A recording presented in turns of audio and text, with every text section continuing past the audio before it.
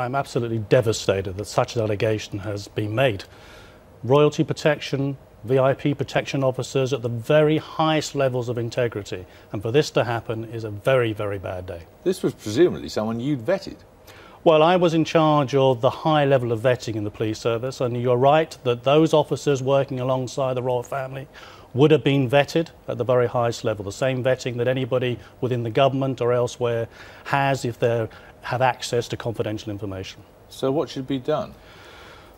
Well, what should be done is a full open inquiry as to why did this happen. Now, we don't know who this person was. Was it a principal protection officer, somebody who actually sits next to the Queen, or was it somebody who stood outside Buckingham Palace who got hold of this book? We don't know. They have different levels of vetting. Is this book, as far as you know, widely available? I doubt it.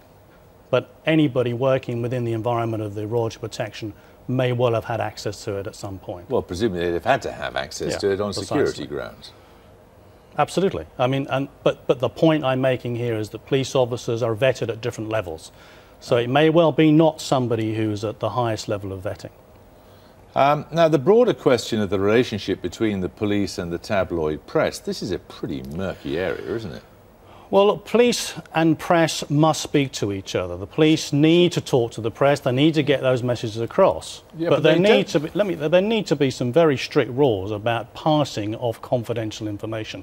It just should not happen. And it certainly shouldn't happen for money. That is despicable. It's a betrayal of the trust that people have given that information to police officers, whether it's police officers working in the community, police are working with families of victims, or in this case, somebody who's working close to the royal family. Presumably a criminal offence, isn't it? Total criminal offence. They should be prosecuted, they should be dismissed from the police forces, and the full weight of the law applied to them. What about the other aspect that was alluded to there, which is the fear that some of the police have of being turned over in the tabloid press? Have you come across that? Ever heard of it?